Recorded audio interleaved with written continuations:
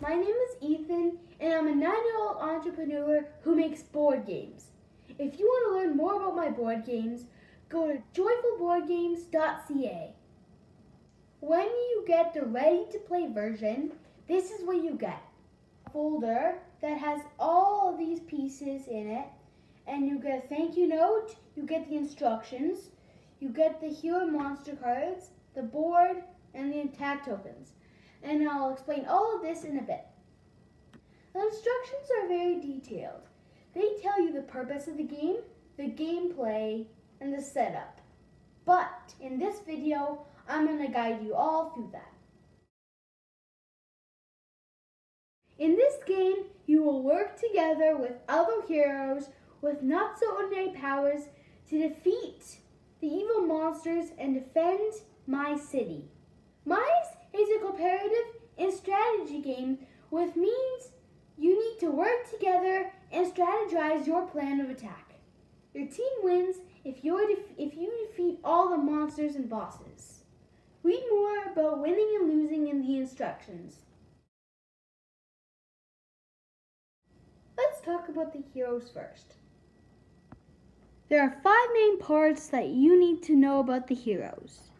First, there is the hero indicator that indicates it's the hero, which is also located on the back. There's the name, the title of the hero, the picture of the hero, the number of attack tokens that this hero gives the player, and the special power. Now let's talk about the monsters. There are also 5 main parts that you need to understand about them. The first is the monster indicator, which is also located on the back like the heroes. The title of the monster, the picture of the monster, the number of damage it takes to defeat the monster, and the effect that it gives the hero or player. Now let's talk about the attack tokens. There are 7 types of attacks. First, we have the bomb that can defeat some monsters immediately. After the bomb, we have the grenade that inflicts 8 damage. After the grenade, there's the poison that inflicts 5 damage, the supercharged attack that inflicts 3 damage, the double whammy that inflicts 2 damage, the attack that inflicts 1 damage, and finally the weak attack that you need 3 of them at the same time to inflict 1 damage. The one thing that you need to understand about this game is that each of these are considered 1 attack token. When you flip them around, you will discover that they inflict different amounts of damage. In some cases, they're as weak as the weak attack and as strong as the bomb. Now that you understand the difference between attack tokens and damage, we can use this hero as an example. See this number? That indicates the amount of attack tokens that the player will acquire. When the player flips them over, they will discover that they inflict different types of damage. Now we can use this monster as an example. See this number? This is the amount of damage that it takes to defeat him.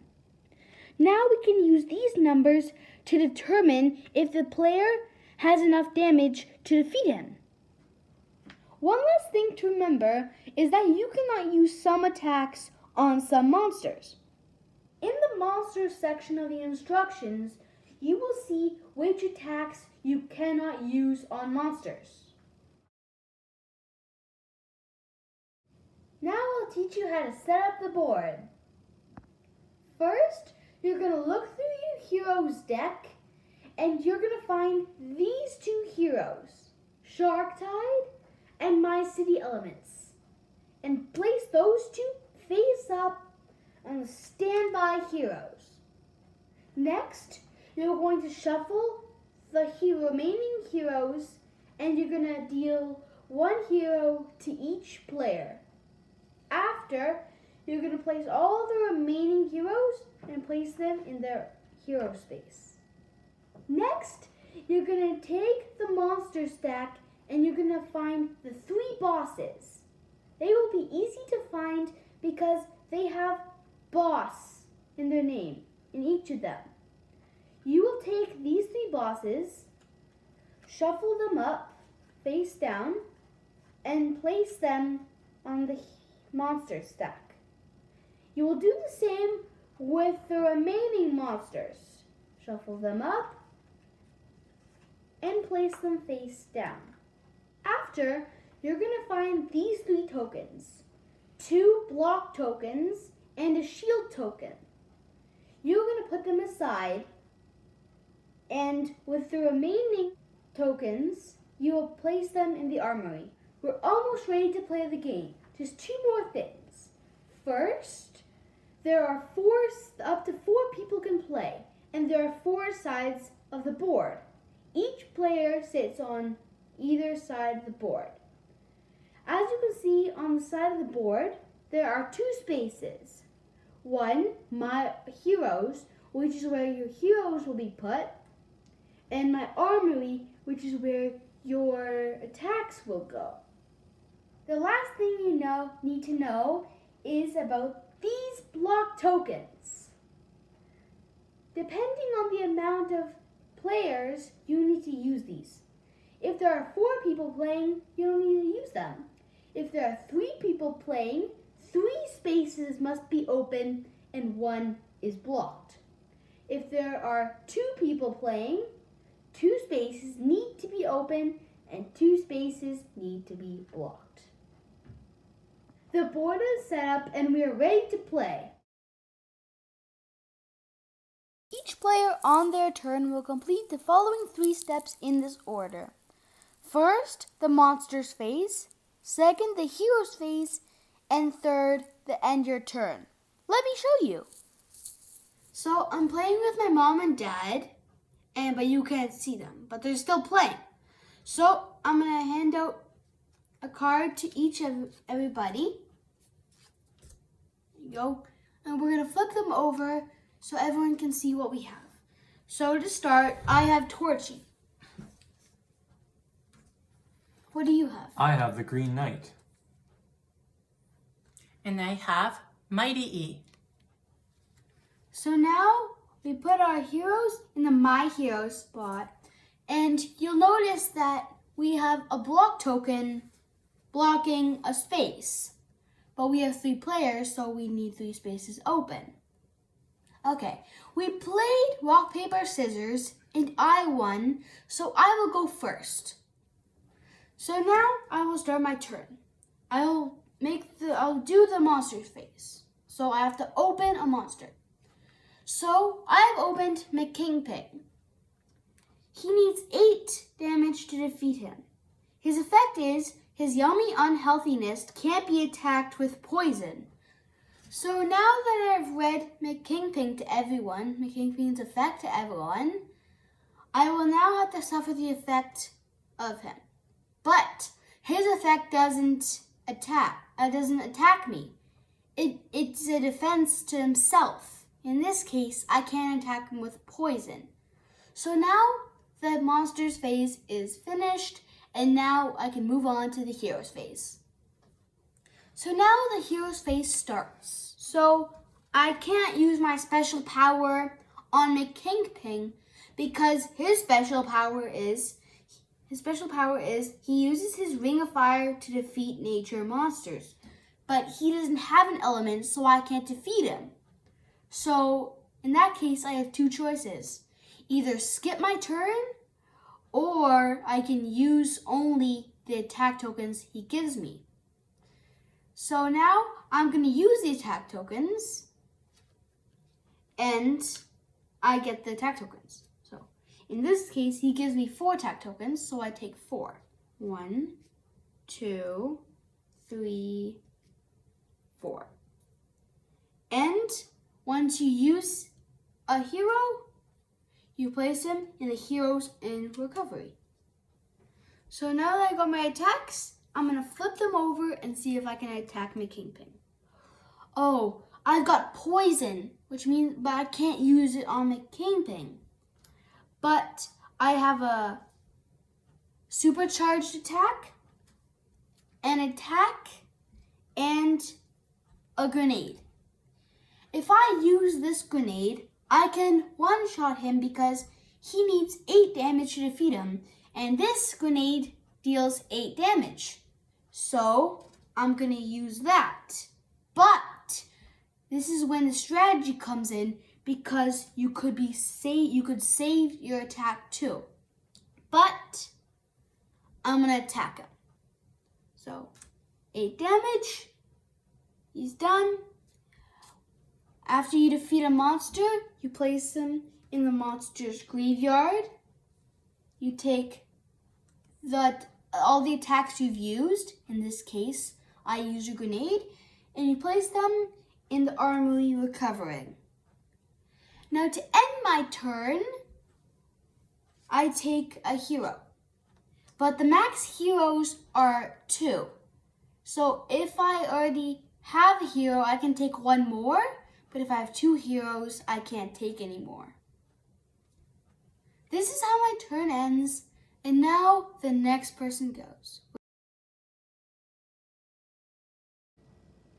When the hero stack is empty, all the heroes, except the Shark Tide and Mise elements, they get shuffled and put back in the hero stack.